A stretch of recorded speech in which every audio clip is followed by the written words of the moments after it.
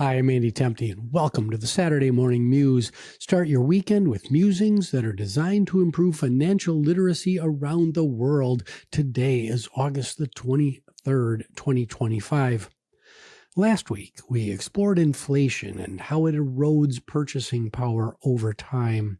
We also connected this concept back to our August the 2nd episode, where we introduced the interest rate equation, which is expected inflation plus the real risk-free return plus the risk premium. That all equals an interest rate. Today, we're going to dive deeper into one of the components of this formula, the concept of return, and we're going to discover why understanding different types of returns is crucial for making smart financial decisions. In that August 2nd discussion, we defined the real return as compensation beyond just maintaining purchasing power, essentially what you earn after accounting for inflation. But the world of investment returns, as we will learn, is far more nuanced than this single definition suggests. I want you to think of returns like temperature measurements. Just as we have Fahrenheit, Celsius, and Kelvin to measure heat under different circumstances, we have various ways to measure investment performance depending on what question we're trying to answer. Each return calculation that we will learn about serves a specific purpose and tells us something different about an investment's performance. So, let's talk about some simple return computations, and let's start with the nominal return. This is the most straightforward calculation. It is simply what your investment gained or lost without adjusting for inflation.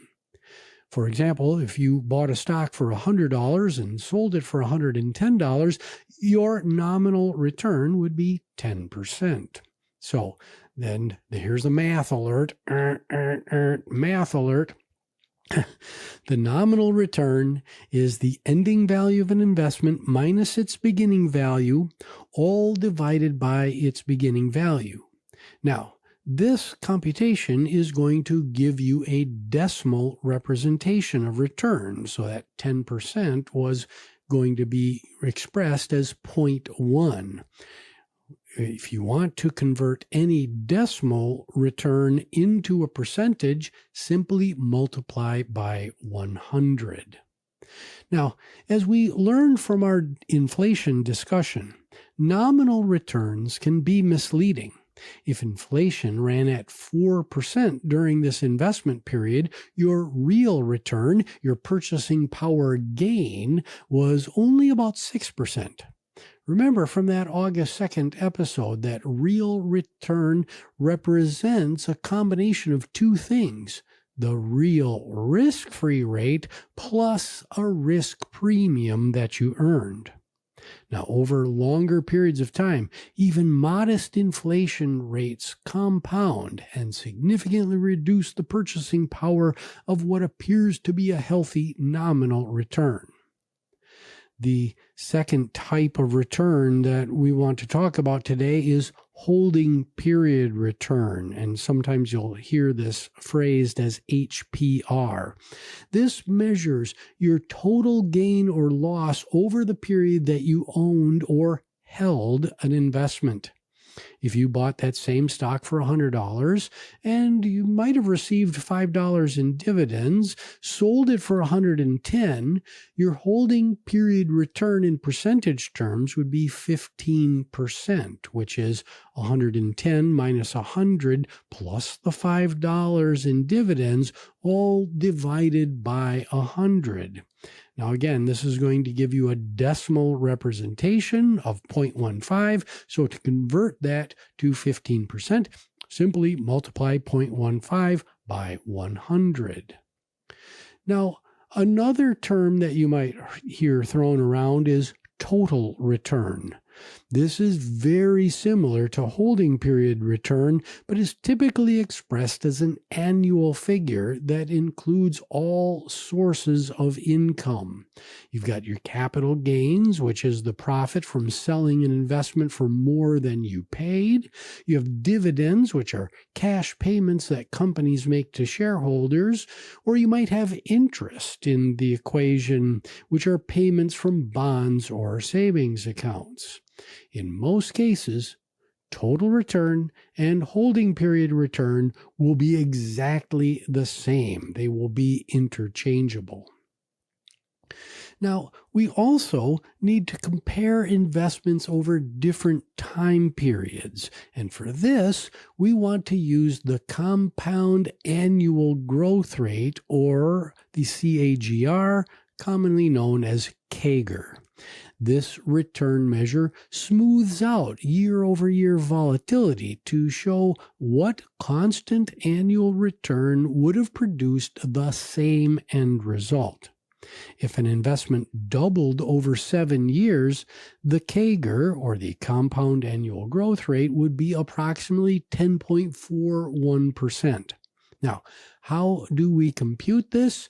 Well, if we took $1 and then that dollar ended at $2 over the 7-year investment period, you would take $2 minus 1, divide that by the dollar that you started with, and then raise that whole thing to the 1/7 power, and then subtract off a 1. Now, that sounds really, really complicated, but the compound annual growth rate is computed simply as ending value minus beginning value, that whole thing raised to the 1/n power, where n is the number of years in the investment period, and then we subtract off a 1. We are going to be talking about compounding a lot in future episodes, so this introduction to compounding, while it might sound complicated, is going to really pay off for us in future conversations. Now, the mathematical foundations for return calculations, well, those things, they trace way back to where you might expect if you've been listening to our other episodes, Babylonian and ancient Egyptian civilizations, where merchants needed to calculate profits from trading expeditions. And our modern understanding of investment returns, they developed alongside some of the same evolutions in financial markets that we've been talking about. Individuals of note that have helped develop return calculations, well, they are famous names like Leonardo Fibonacci, who's famous for the Fibonacci number sequence. He contributed to early compound interest calculations in his 1202 work called Liber Abaci. He laid the groundwork for understanding how money grows over time. And then you have the Dutch mathematician Johann de Witt, who served as the Grand Pensionary of Holland in the 1600s. We know that's also known as the 17th century. Well, that individual made crucial contributions to what we now call present value calculations. And we're going to talk about present value and future value a lot on the show. Also, as you might expect, Benjamin Franklin popularized compound growth concepts in American culture with his famous observation that money makes money, and the money that money makes money. His mathematical demonstrations of compound interest help colonial Americans understand how small, consistent investments over time could grow substantially over time. Benjamin Franklin here is going to help us a lot with compound interest. Now, why does this matter to you? When evaluating the performance of your portfolio, you need to look at real returns, not just those nominal returns, because an 8% annual return looks a lot less impressive when inflation has been running at 3%, leaving you only with 5% in net purchasing power gains.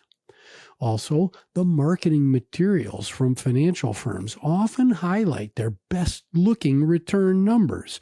An actively managed fund might advertise impressive short-term holding period returns while glossing over poor risk-adjusted performance or high fees that erode long-term real returns.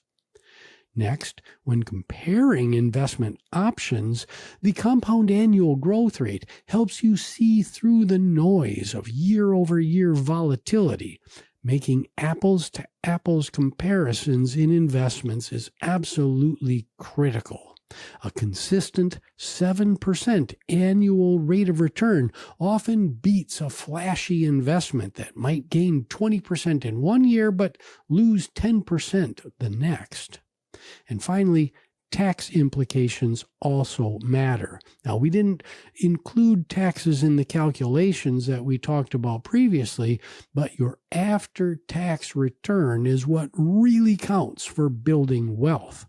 An investment generating 10% in a taxable account might net you less than an investment yielding 8% in a tax-advantaged account.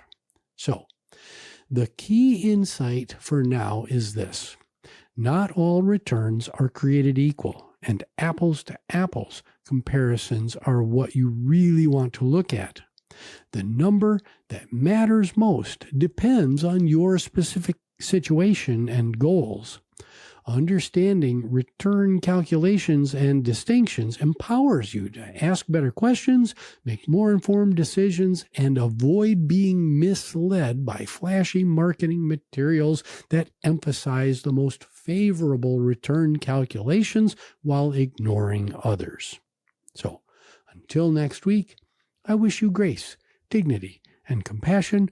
My name is Andy Temte. This is the Saturday Morning Muse. You can find the show on all the major streaming services as well as out on YouTube. Please like, subscribe, rate, and most importantly, share this public good with your friends, your family, your neighbors, and maybe even a colleague at work. The show is produced by Nicholas Temte. We'll see you next time on the Saturday Morning Muse.